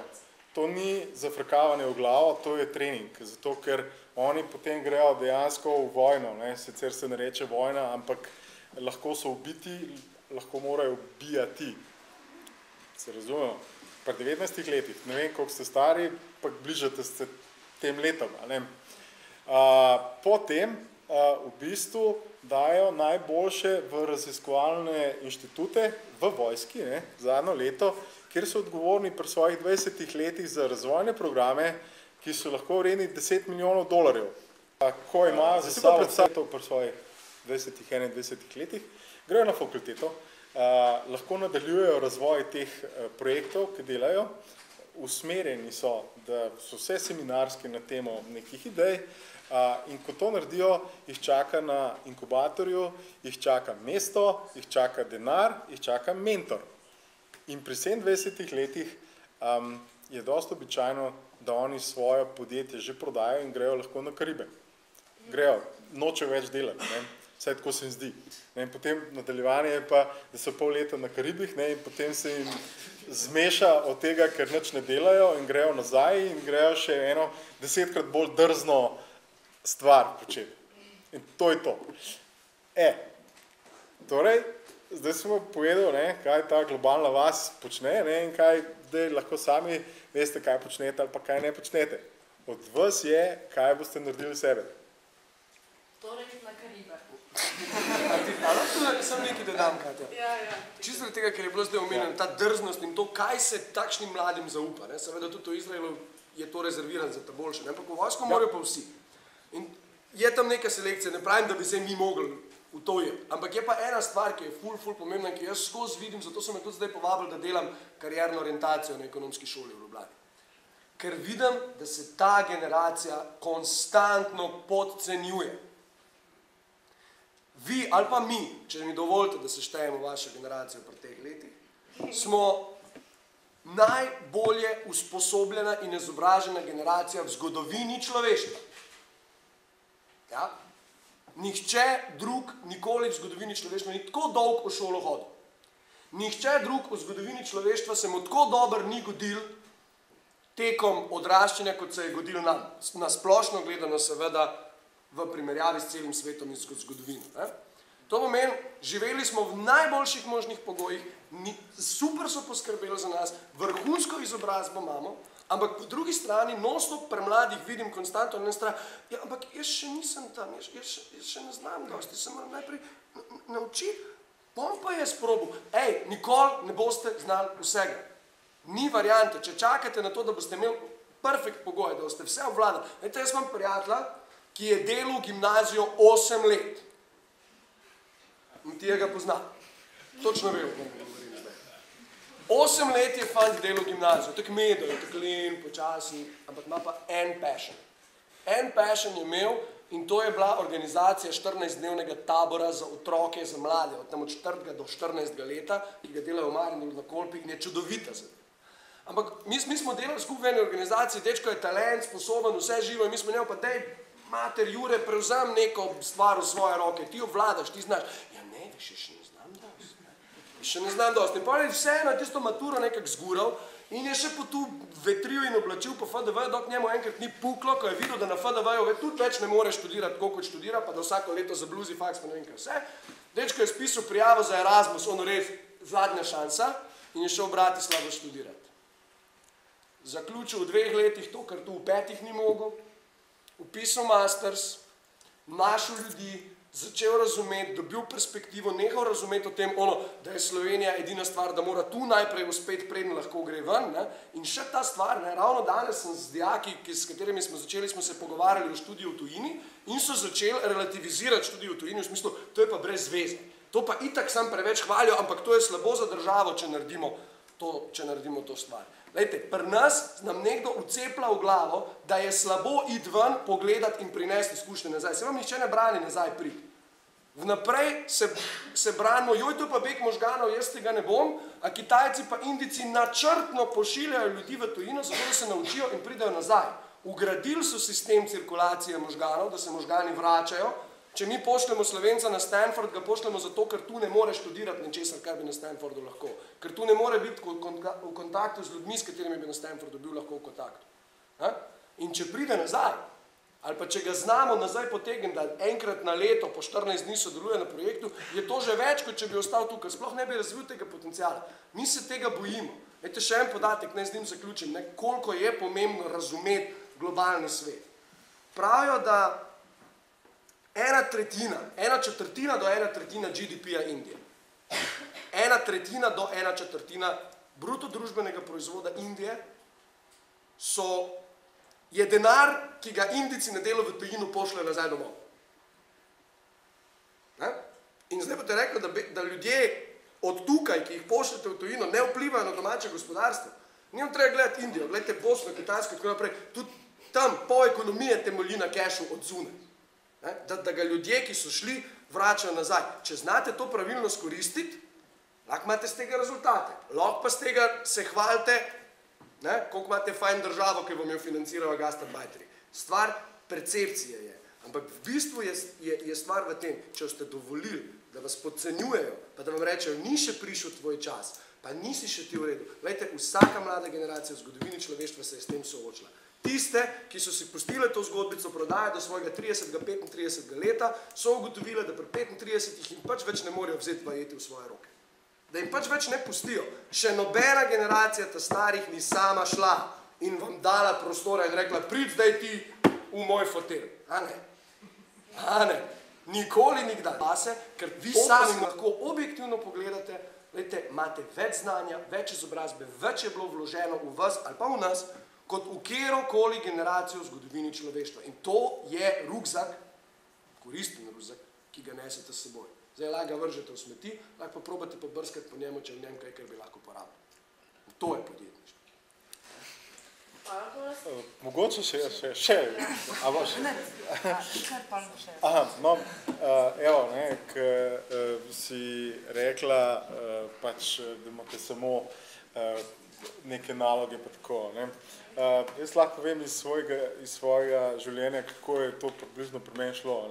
Jaz sem bil na fakulteti, prvi letnik pač sem naredil, in potem nekako mi je začelo dogajati, da to mogoče pa ni to, oziroma tako nekako. In potem sem šel k prodekanu za študijske zadeve na začetku drugega letnika, in sem mu rekel, in zdaj bom povedal točno tako, kot sem njemu rekel, prodekanu za študijske zadeve, da je ekonomska fakulteta bedna, da v bistvu najboljše, kar je na ekonomski fakulteti, je knjižnica, pa še to se ne da uporabljati, zato ker imajo vse knjige pri Foxi v svojih pisarnah. In me je zanimalo, kaj se bo zgodilo. Prodekan se smejo, tako kot se vi zdaj smete, in rekel, pejte k profesorju Vahčiču, pa strinjal se, ni tega izrekel, ampak glede na vse skupaj, in je rekel, pejte k profesorju Vahčiču, mogoče vam bo pa on lahko pomagal. In sem šel pač k temu profesorju in se je tudi on smejal, ponovil sem zgodbo, se smejal in rekel, imamo v knjižnici dol eno krilo, ki še ni uradno odprto. Za podjetništvo smo dobili kot neko donacijo iz Amerike, pač knjig, kakor hočeš, Evo, vam bom napisal pooblastilo oziroma dovolilnico in boste lahko šli tja noter. In jaz sem lahko bil tam noter in sem bil tam noter po 10-12 ur. Zdaj, kaj je nauk te zgodbe? Najprej nauk te zgodbe je, če ni zdrzen, potem pač naš nikar pršel, Upaj si. Ja, upaj si. In to je bil eno od tistih mogoče križišč na moji poti. Drugo je bilo to, da jaz sem tako v študentskih letih, isto sem rabil denar, kaj bi delal, kje bi delal, ni mi bilo problem delati karkoli. In potem je pač ena sošolka oziroma pač kolegica, nemščino sem se učil ob študiju, je rekla, ki je bila novinarka, veste, daj na Financah pa rabijo novinarje, ne, daj poklič, sej, ne. In ok, pokličem, ne, na Finance, odgovorno urednico, ja, jaz bi pa malo pisal za vas, ne, pa tako, ne, pa prid, ne, in pač sem prišel tja, so mi tako gledali, ja, noč, ne, sem slišal, da rabite novinarje, ne, kaj napisal, ne, ne, in potem pogledajo po mizi, ne, ne, kaj ne, ja, tukaj je vabilo, ne, čez pol ure moraš biti na gospodarski zbornici, neka zadeva je, nek sestanek, neka seja, prid pa napiš pač, kaj so se zmenili. Po seji, takoj, rabimo v 3 urah. Ne, in potem to napišem in se sede z mano in popravlja, bilo je več rdečega, kot je bilo mojega, ne, tako. Poznamo. Ja, no. To je bilo nekje tako na začetku spomladi, ne, tako konc zime, na začetku pomladi, ne. Takrat so Finance izhajale 2-krat na teden, ne. Polet je rekla ena od poslovnih sekretark, tako kričala čez celo sobo, ne, ker takrat smo bili v eni sobi in še, rekla, Krč, se je pol časopisa tvojega, ne. Jaz sem takrat pisal, ne, bili so na dopustu, sem napisal pol člankov, približno, ne. Daj, kaj, zakaj, ne, zato, ker sem hotel, ker sem pač se rinil naprej, ne, in mi smo konstantno rinili letvico navzgor. In zdaj samo še tretja zadeva, ne. Tretja zadeva, bil sem en od ustanoviteljev enega študentskega združenja, Management Group se reče, še vedno je tam, in ustanovili smo ga zato, ker smo hoteli več. In med drugim je takoj na začetku prišlo do tega, da je obstajalo neko evropsko tekmovanje v marketingu. Smo rekli, to moramo iti, ne, to moramo zmagati, ne. In potem smo začeli in smo ugotovili, da imamo en kup problemov, ne.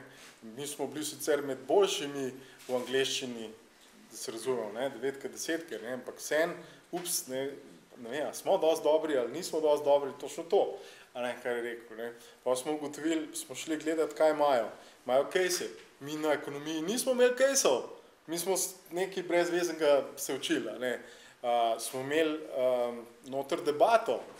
Smo šli gledati, debata je svoja zadeva, svoja kot zvrst, ki jo je treba vedeti. Pravila je treba trenirati, ni da ni. Mi smo 6 mesecev, 4 smo bili v skupini, smo sedeli vsako popoldne po 4 ure, pogovarjali smo se v angleščini, najprej smo mogli ugotoviti, pogovarjali smo se v angleščini, kje bomo dobili zdaj te case-e. In smo potem iskali in smo našli case iz Harvarda, pa smo našli case iz evropskih fakultet, pa smo pol gledali, kaj je to zdaj za eno čudo, a ne. In potem smo mogli toliko in toliko case-ov narediti, da smo potem rekli, ok, zdaj pa vemo, a ne. Da smo potem naredili ta prav case, da smo ga oddali in prišli smo do polfinala v Milanu. In to je to. Evo, dost, ne. Ne, jaz bi tle se mogoče še to dodala, ker mislim, da ni še nobeden izpostavil. Tipični Slovenci smo tisto, Bog ne daj, da bi imel sosedke več, kaj jaz, težko povemo svojo idejo komu, ker nam jo bo kdo ukradel. Vi ste pa generacija in dejansko tudi pri nas delamo na tem, na generaciji mladih, pa in dijakov in študentov, da dejansko to miselnost razblinimo. Kajti sam, kot so že kolegi tukaj rekli, sam pri ideji ne moreš biti, rabiš tim, rabiš ekipo. O idejah se moraš pogovarjati, o njih moraš razčlenjevati. Skratka, nikoli ne smete, zato pač kot institucija smo tudi tukaj, da se obrnete in povprašate za pomoč, kajti dejansko tam so tudi ljudje, razpolagamo pri nas naprimer z takimi mentorji, kot je Matjaž, ki so vam pripravljeni pomagati. Niso vse tisto, kubo, pa zdaj tam je od tega, zakaj pa bi on meni pomagal? Je zato, ker hočemo vsi, da uspete. Ker dejansko, bom tako rekla, na mladih svet stoji. Ker brez tega, če vi ne boste nekaj naredili, tudi onim v penzionu ne bo dober. Ja, mislim, dejstvo. In dejansko hočemo spodbujati mlade, zato tudi delamo projekte, delamo programe, kako mlade te ki ste posebni, ki izstopate. Kako, ker vsak, pač tukaj vas je nekaj, ampak nekaj takih, ki izstopate ven, kako take še spodbuditi in še bolj drzne spremeniti in dejansko, da nekaj naredite iz sebe. Vse, kot ste rekli, imate domačo nalogo, pa imate za učiti. Ampak še vseeno, če hočeš nekaj narediti, se še zmeraj najdu čas tudi za tisto svojo podjetniško žilico, za svojo dušo v končni fazi, ker hočeš nekaj narediti sebe, ker hočeš se stopati, ker hočeš biti drugačen. Zato pač dejansko smo vsi tukaj nekako, da delamo na vas, vam pomagamo, vam dajemo vse te spodbude, zato zagrabite, obeste se dobesedno in izkoriste ves ta potencial, ki ga imate. To bi čisto rekla, res. Morate govoriti, morate se pogovarjati, morate trkati na vrata, ker domov k vam na vrata ne bo prišel nobeden. Tu opažam, da dejansko vsi ponavljamo ena in isto stvar. Zdaj nam je lažje, kot kadarkoli prej. In kratko v enem stavku. Noben tu ni lakšen, vsi imamo streho nad glavo, imamo dostop do interneta, do vseh informacij in imamo ljubeče starše, ki bojo poskrbeli, da če nam ne bo uspelo, da nam bojo pomagali. A je tak? Kaj pa pomeni? Če nismo neki sami iz sebe naredili, je to zato, ker nam je preudobno. Na koncu dneva. Ampak ne zdaj zato, da jaz vam filozofiram, jaz delam isto napako. Jaz, če bi imel še ful več tega motiva, jaz bi lahko še ziher ful več naredil. Ampak mi je udobno, mi je fajn. In verjetno je z vami podobno. In en lep citat, ki je meni ostal v spominu. Ok, ob 7 v šolo, ob 2 domov, naredi potem domačo nalogo tisto 1 uro, preživi 3 ure s familijo, nekaj prostega časa, ok, od 8 zvečer do 2 zjutraj je popolnoma dovolj časa za to, da ti karkoli dosežeš. In da pač razturiš vseeno. Ne gre drugače povedati. Če pa rabite več spanja, se pa tudi do 11 da marsikaj ne odspraviti. Ker pač različni smo, ampak gre res za to, da probamo nekaj narediti. In zato jaz res ne bi bil razočaran nad tem, kar imamo. Ti sistemi se počasi vzpostavljajo. In po tem, kar je zdaj videti pri ljudeh, ljudje bodo opazili uspeh šele takrat, ko bo bistveno večji od njih. Ljudje ne bodo rekli, to se pa dobro dela, dokler ne bodo videli nekih komadnih rezultatov. Takrat, ko bodo komadni rezultati, bo niša že mimo. Poglejte si recimo, kakšne čredne živali smo ljudi. Grupo, prvi kuponkarski sajt s popusti, ki se je prodal za, sploh nočem govoriti, za ogromno denarja. In pol pri nas se začne kolektiva, top kupon, Veste, koliko jih je za zdaj? No, vsak drugi, ki odpira SP, bi odpiral kuponkarski popustniški sajt. Celo da se je zadnjič najdel eden, jaz drugače delam za mojedelo.com in se je našel en naš konkurenčni portal, ki sicer ni bog ve kak dober, pa so zdaj zraven odprli še to.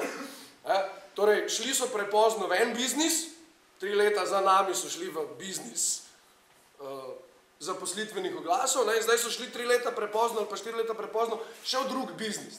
Ne kopirati se da marsikaj, sem ne tistih idej, ko že vsi govorijo o njih, potem to ni. Tisti, ki boste mogoče kdaj študirali finance, pa če boste imeli kakšnega dobrega profesorja o tem, vam bo rekel, takrat, ko se o neki stvari na borzi pogovarjajo tudi gospodinje, takrat to ni stvar za kupiti. Če tudi gospodinje kupujejo zlato, pol ga ni za kupovati, pol ste cajt že zamudili. In tu je spet enako. Iščite tisto, kar vi sami lahko ponudite, kar bo resnično reševalo nek problem ljudi. Pa naj iščete to kot podjetniki, ali naj poskušate na trg vstopiti kot nekdo, ki se bo zaposlil. Ker v vsakem primeru drugim ljudem rešujete problem. In tu sem se spreminjal. Ne gre več za to, da nekomu plačamo za delo, ker je določeno število ur pokuril, zanima pa, ker je določeno število kalorij na njem pokuril, ampak zato, ker nam je dal rezultat, ker nam je problem rešil. To je tista ključna razlika. Vaši naročniki ali pa vaši delodajalci, za razliko od 30 let nazaj, ne znajo rešiti problema. 30 let nazaj so ga znali rešiti, pa niso imeli cajta, pa so si zato najeli ljudi, ki so jim povedali, kako se problem reši. Danes imajo problem še zmer, niti ga znajo rešiti, niti imajo cajt. Njihov edini način je najeti ljudi, ki to znajo. In to tudi rešuje vprašanje, ki me reče, da bi jaz našel delodajalca, ki bi me zavrnil, ker bo mislil, da sem jaz bolj pameten. Glejte, vsak delodajalec, ki ne zaposli človeka, ki je pametnejši od njega, samo zato, ker je ta človek pametnejši od njega. To pomeni, če Zavračaš zaposlovati ljudi, ki so pametnejši od tebe, delaš samemu sebi velikansko škodo. In meni je žal, da bo marsikdo na svoji koži moral izkusiti te napake, ne? Tudi tistih, ki zdaj delajo v takih podjetjih, ampak realno gledano je tako. Plačujejo vas zato, ker ste v nečim boljši od ostalih. Ne zato, ker ste povprečni, sploh pa ne zato, ker ste slabši. Pa če dam, poleg te nadpovprečnosti, je vedno strast tista, ki prevaga. Kot boste videli, strast odpira v bistvu vsa vrata. Zdaj vam bom spet povedal en tak primerček, ki je tudi mene malo šokiral. Imam pač eno prijateljico, poslovno prijateljico iz Kalifornije je. Bila je direktorica marketinga v eni od high-tech podjetij v Silicon Valleyju in delala je v podjetju, ki je spet številka 1 v svoji niši. In mesec nazaj je tako me klicala pa je rekla, ja, nekaj sem depresivna, zakaj pa? Ja, zato, ker delam v podjetju, kjer ni nobene strasti. Ok, in pa me čez en teden pokliče, jaz sem dala odpoved. Zdaj, ne vem, predstavljajte si, v Sloveniji to ne bi šlo nikoli tako. Zaslužila je to, da lahko samo sanjamo. Tudi recimo v teh podjetjih, kjer sem jaz, si ne bi mogli dati take plače. Recimo, da govorimo o 100.000 evrov plus na leto. In ona me pokliče in reče, veš kaj, jaz bi rada s tabo delala. Ok, kako, zakaj, ne? Ja, zato, ker pač tam, kjer si ti, 8 let se poznava, tam, kjer si ti, tam se zmer dogaja, tam, kjer si ti, tam je strast. Vem, da se bom dobro imela. Ok, ne moramo ti plačati. Ni važno. Bomo se že zmenili, o tom potom, ne? Lej, jaz ti predlagam, jaz bom skrbela za Ameriko, Severno Ameriko pa Latam, se pravi Latinsko Ameriko, zato, ker je v 8 letih nabrala kontakte, pa bomo pa že videli. No in zdaj bo prišla v četrtek, naslednji četrtek, in bo prišla do 5 firm, ki pač sem jih jaz izbral, zato, da bomo pogledali, če lahko dejansko nekaj skupaj naredimo. Potem ugotoviš, da dejansko denar, če je zadost drznosti in strasti, sploh ni važen. Ker denar pride, res, vedno pride.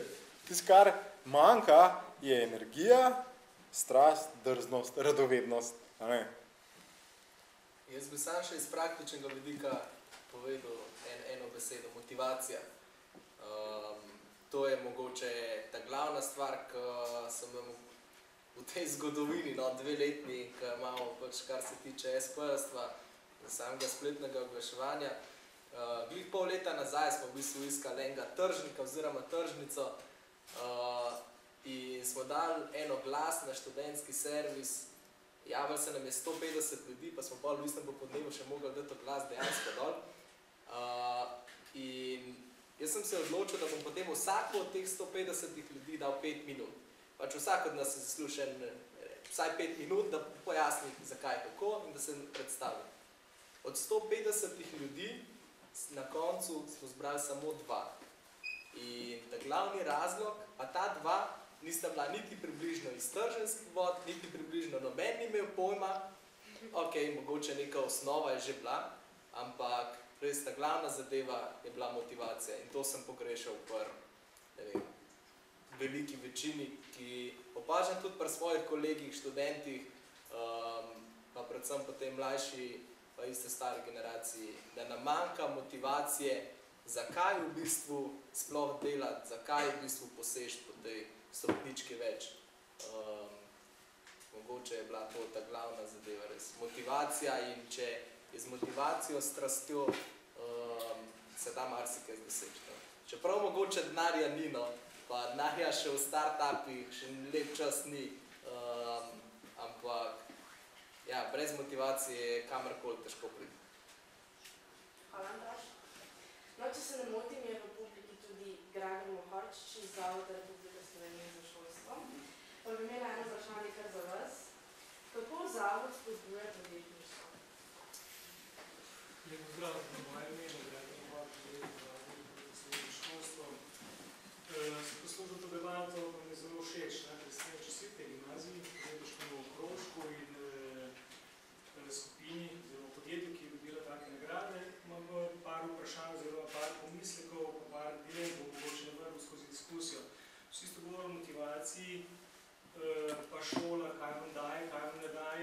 samo sem zaznal v vseh teh vaših govorih, da šola daje kljub samo en del znanja, tudi ki je po mojem potreben na tej poti do uspeha, ne glede na to, kako je to pridobljeno. Ampak gospod je omenjal, da je želel si tisto knjižico in na nek način vse narediti zato, da je prišel do ustrezne literature, zato, da se je naučil, pridobil znanje in ga dal. Zdaj, če pogledamo slovensko šolstvo, kompleksna šola je to, ni tako enostavno govoriti na ta vprašanja, kot ste jih zdaj dali. Že sam pritisk na splošno izobraževanje del je tako velik v Sloveniji, da se ga težko primerjamo z ostalim delom v Evropi. Če trenutno povemo 80% učencev pritiska na splošno izobraževalne gimnazije oziroma splošno strokovne gimnazije, kar pomeni kontinuiteta naprej do univerze. In to je pritisk, ki na nek način mora šolo narediti tako, da zadosti 80%. Seveda 80% mora zagotoviti tisti, ki so na obeh rogih, tako rekoč tistim, ki so odhranjeni, da jih dvigne, tako tisti, ki so zelo uspešni, da jih spodbuja, da jim omogoči, da iščejo dodatne vere, znanja, veščine, kjerkoli druge. Tisto, kar me mogoče ima moti, pa mogoče sogovornikov dal, je, da govorimo o podjetnosti, ki gre vedno v podjetništvo. Pa bi se odločil in fokusiral samo na podjetnost, ker jaz mislim, da podjetnost je tisto, ki je lahko domena šole, podjetništvo je pa vse drugo, kar je nekje druge lahko zrasne tako naprej. Če se vrnem nazaj na podjetnost, potem je tisto, kar bi naš šolski sistem moral spodbujati skozi različne pristope, načine in to ne samo skozi podjetniške krožke, ampak to dejansko pri vseh predmetih. Govorimo o podjetnosti, ker jaz si ne bi želel, da imamo odlične podjetnike, ki imajo vsak svoje podjetje, hkrati imel pa javno pravo, v kateri so sami slabi, brez nepodjetni ljudje. Tudi v javni pravi, tudi učitelje rabimo podjetni, da se znajdejo, da znajo pogledati na stvari, da znajo drugačni pristopi, motivirati dijake, konec koncev vse znanje, razne znanje hitro naprej, da ga ne morete dobiti. Ne morete ga v enem šolskem prostoru dobiti, ker je prekompleksna stvar. Sprav je nujno potrebno, da vas učitelji motivirajo, da popriješ domov, da se usedeš za knjigo, pogledaš internet, da sam iščeš informacije, ver informacije. Sprav ti morajo šolski sistem nuditi take kompetence, da se boš v tem prostoru znajel. Potem pa je ti skok, o katerem ste vi govorili, da se upaš, da greš naprej in tako naprej. Naš šolski sistem to potrebuje. Zdaj, če se fokusiram na splošni izobraževalni del, za kateri del Zavoda šolstva zadolžen, je fokus 8% populacije, ki nujno teži pritiska. Če sem primerjate, pardon, 80% gre tisti, ki gre na maturo, poklicno ali splošno maturo.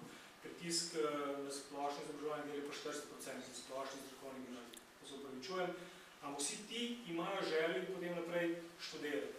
In ta pritisk potem, če ga primerjam z pritiskom, ki je bil 15-20 let nazaj, kjer je bil na splošno izobraževanje del samo 20, je kvaliteta teh študentov, dijakov, kasneje bila bistveno drugačna kot danes.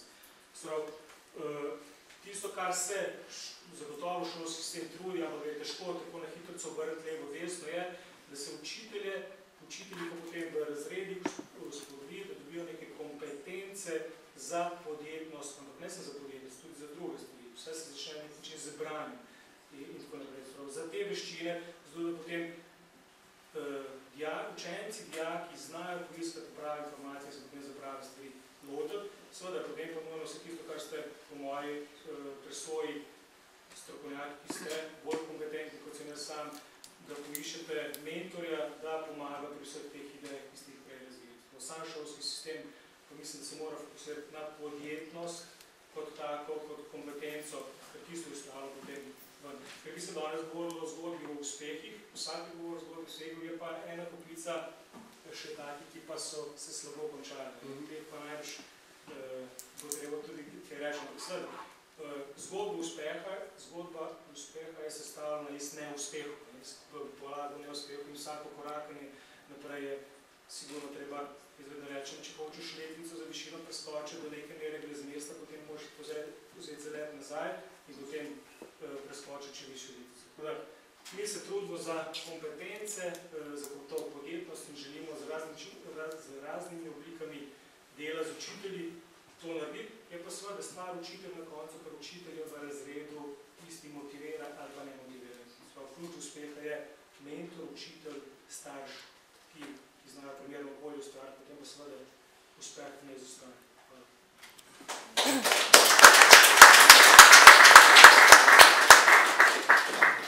Lahko tukaj sem še nekaj dodam. Dejansko je zelo pomembno to povezovanje šolstva, institucij, kot smo mi, podjetništva in pa gospodarstva. Vse to skupaj mora delati v neki simbiozi, da dejansko je uspeh potem lahko vseh. No, samo kot dijakinja se zelo strinjam s tem. Zato je, ker mi smo navajeni razmišljati o študiji. Prvo, kar ti pride na misel, je medicina, pravo.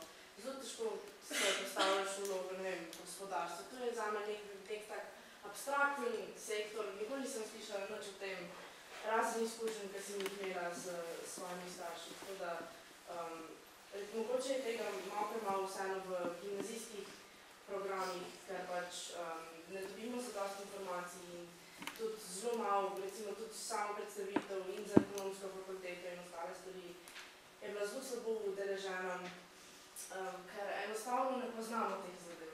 No, z tega vidika smo mogoče želeli. Še odgovor na tole, ki ste me izvali. Pritiski so mnogi. Recimo, zdaj, ki je finančna kriza, je Ministrstvo za finance zahtevalo dodaten predmet finančna pismenost, da se umesti v kurikulum tudi splošne gimnazije. Ko je bil problem z davki pred leti, je davčna uprava zahtevala svoj predmet. Ko je pride nek problem, zahtevala svoj predmet.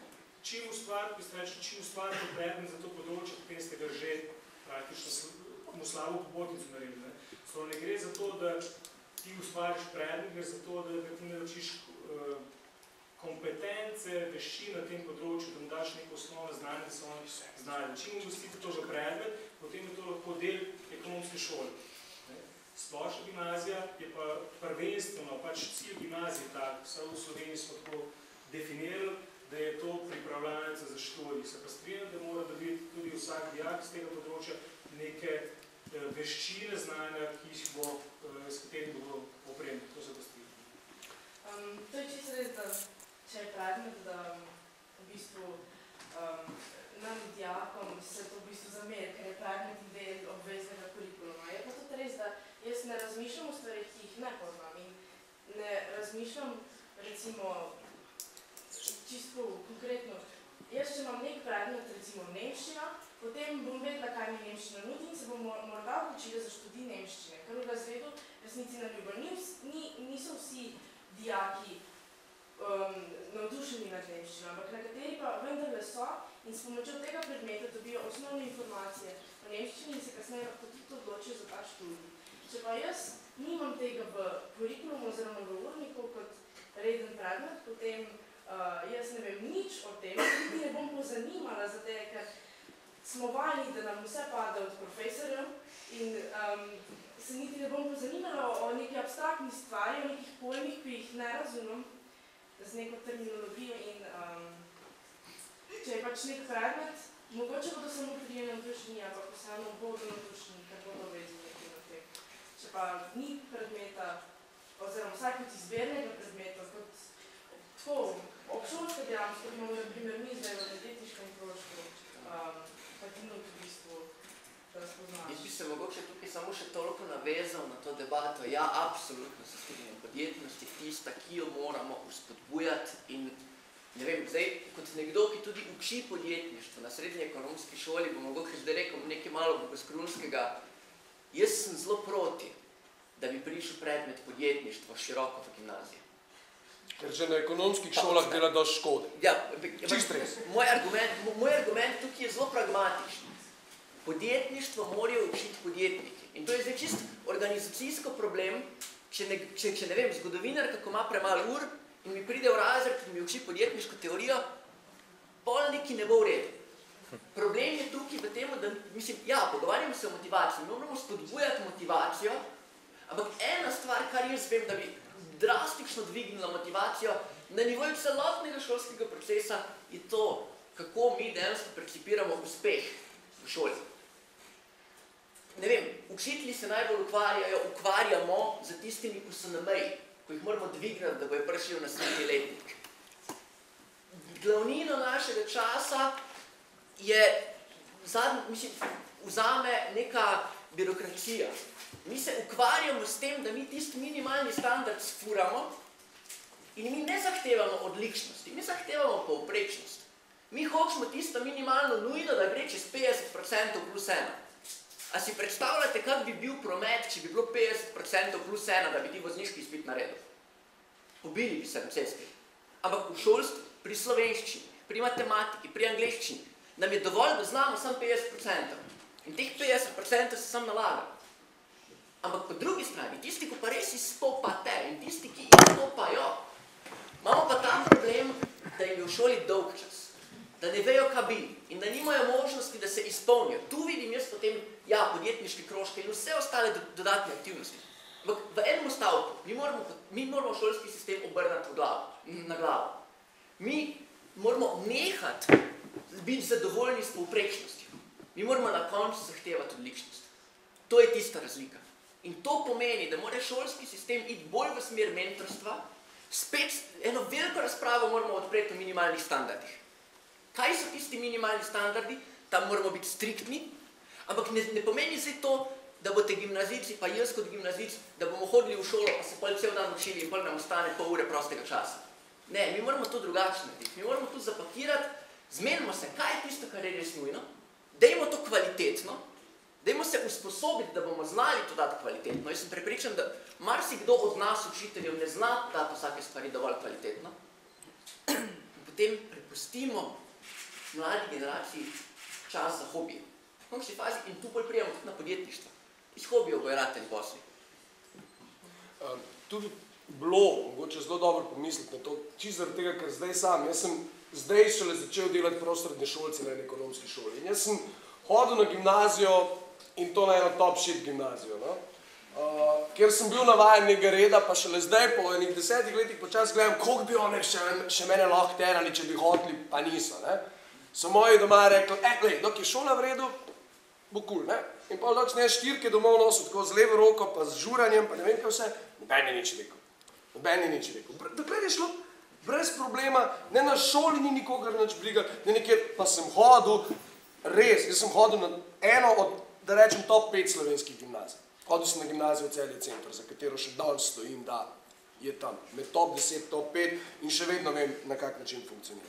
In me je strašansko presenetilo, ko sem videl, potem recimo v šolah, ki niso gimnazije, koliko ogromno je učenja nečesa, kar naj bi bilo povezan s stroko, ampak zdaj bom rekel nekaj bogokletenega, je to tako ali drugače obrnen bullshit. Isti. Ekonomska tako, ekonomska ona, zdaj postavljamo program ekonomske gimnazije in mi moramo poleg klasičnega programa gimnazije z pač ekonomijo zraven, z ekonomskim predmetom, mi moramo zraven ponuditi izbirne predmete, ekonomska zgodovina, ekonomska še nekaj, gledam same neke ekonomske predmete, ki jih itak že imate.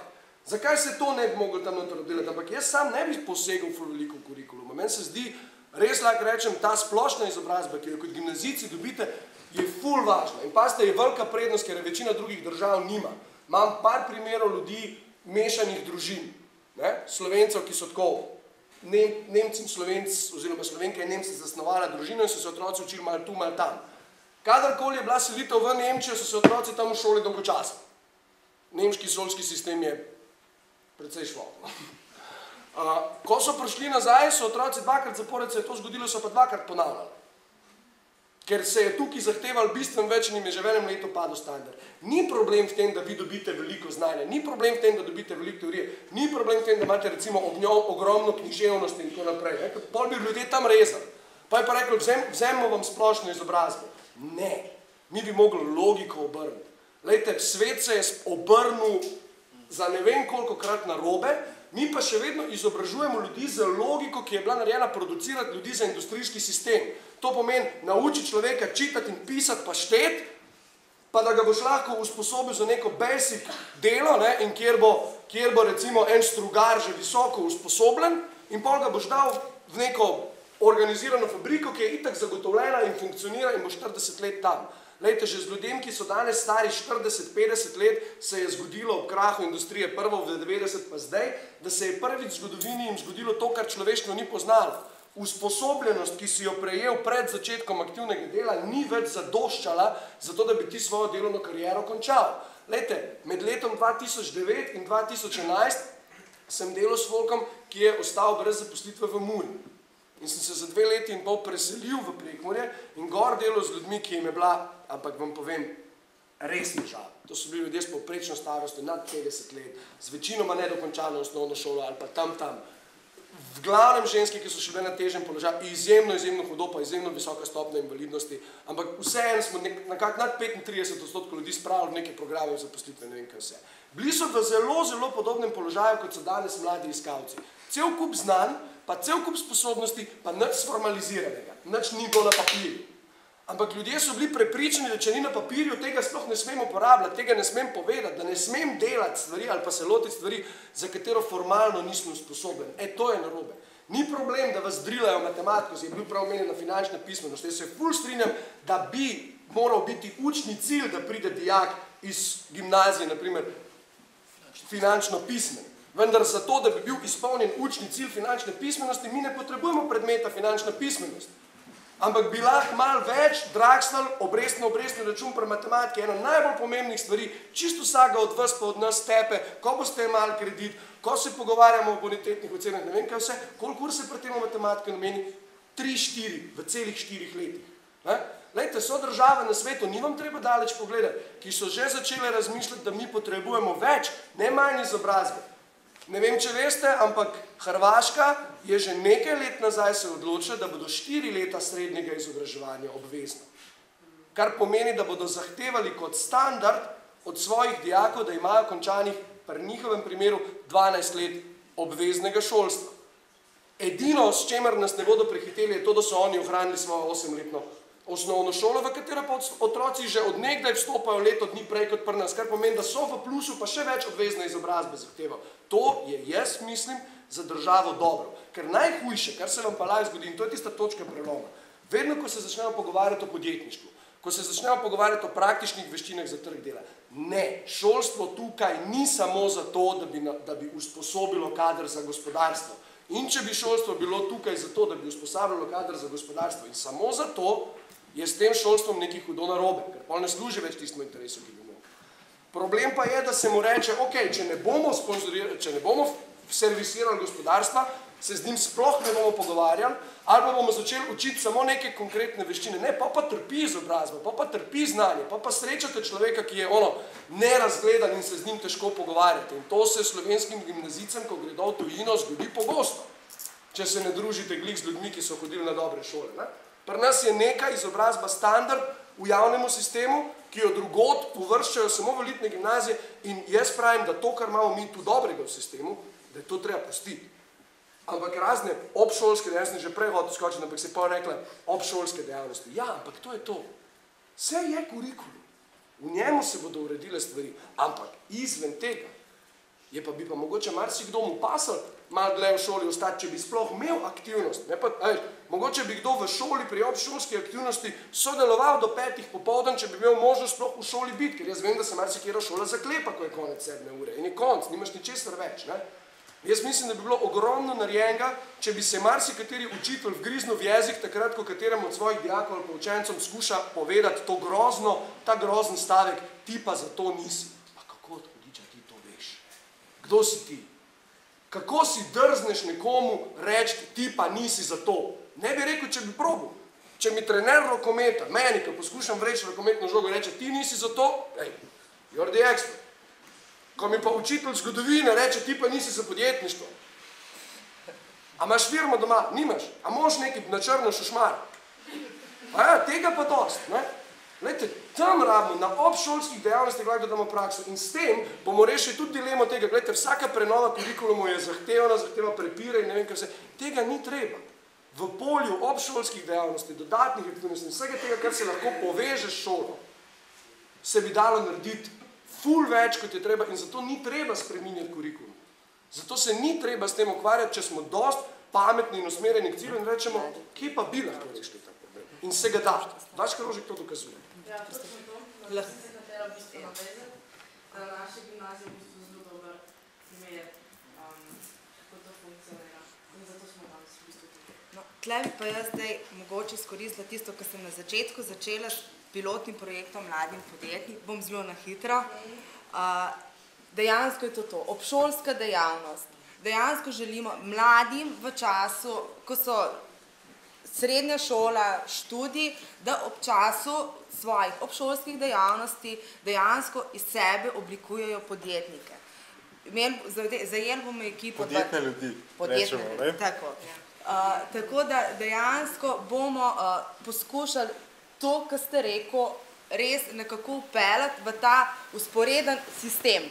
Dejansko, ko boste vi končali šolo, boste imeli izobrazbo in boste imeli izkušnje. V programu bodo vključeni trenerji, mentori, ki bodo iz tistih, ki bodo želeli imeti te obšolske dejavnosti, izoblikovali ta prave drzne podjetnike. In to je tisto, kar dejansko v tem našem sistemu manjka, kateremu pač treba dati podporo tega dela. Pač to ni za vsakega. Podjetništvo kot tako ni za vsakega. Podjetniki so bolj drzni, drugačni. Mogoče Matjaž še kakšno stvar bi mi tukaj dopolnil, glede na to, da so tudi dosti sodelovali pri izoblikovanju vsakega tega programa. Mogoče najprej samo še to, ena zelo pomembna zadeva. Jaz nisem nikjer sicer zasledil v Sloveniji, da bi se o tem pogovarjali, pa zelo pomembno, da se pove. Namreč čas ni linearen več. Čas vedno hitreje gre naprej. Kaj zdaj to pomeni, to neka teorija blesava? Ni. Če so naši starši pravzaprav šli v šolo in so pač dokončali šolo in so s tistim znanjem pač lahko preživeli 40 let in je bilo okej, so se zdaj tako zadeve spremenile, da jaz sem zadnjič ocenjeval, da v bistvu vsako znanje, kar je nad srednjo šolo, zastari približno v 3 letih. 3 letih.